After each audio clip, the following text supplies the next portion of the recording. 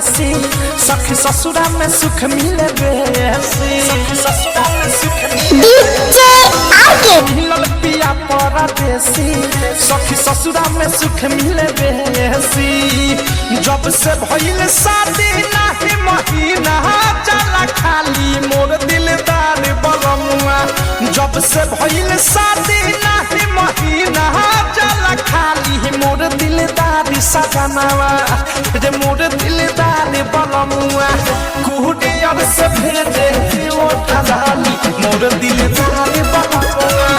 कुहडियर से भेजे ओ ठलाली मोर दिलदार बलमुआ डीजे आके अमित नारायण डीजे चक्री कॉलोनी कामतनगर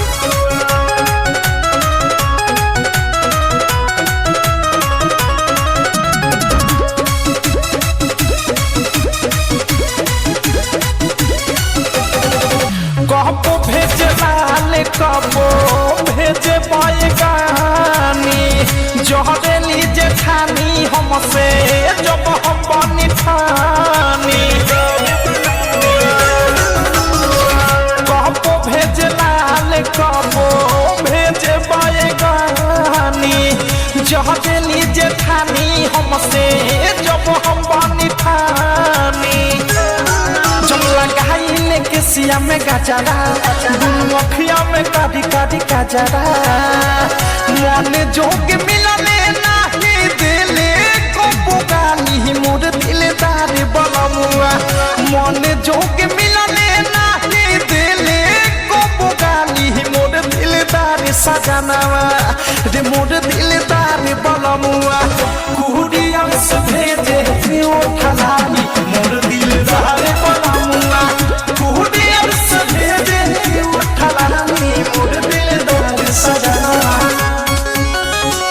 नारायण डीजे कामतनगर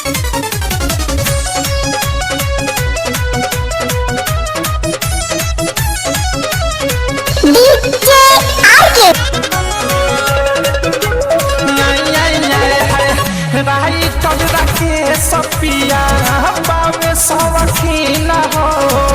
कुछो नहीं घटे देवे भेजे सबखीन हो राई तब रखे सपिया बावे सवखीन हो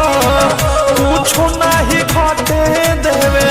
भेजे सबखीन हो अभिमानेला संगे अनुराग भी हमके जानेला हम नाही कबून कर कहल बतिया टाली मोर दिलदार बलमुआ हम नाही कबून कर कहल बतिया टाली मोर दिलदार सजनवा रे मोर दिलदार बलमुआ कुहडिया से भेजे ओ ठलाली मोर दिलदार बलमुआ कुहडिया से भेजे ओ ठलाली मोर दिलदार बलमुआ नारायण डीजे चक्री कॉलोनी कामतनगर सखी ससुरा में सुख मिले बेसी जब से भइल शादी नाही महीना चला खाली मोर दिलदार बलमुआ जब से भइल शादी नाही महीना चला खाली मोर दिलदार सजनवा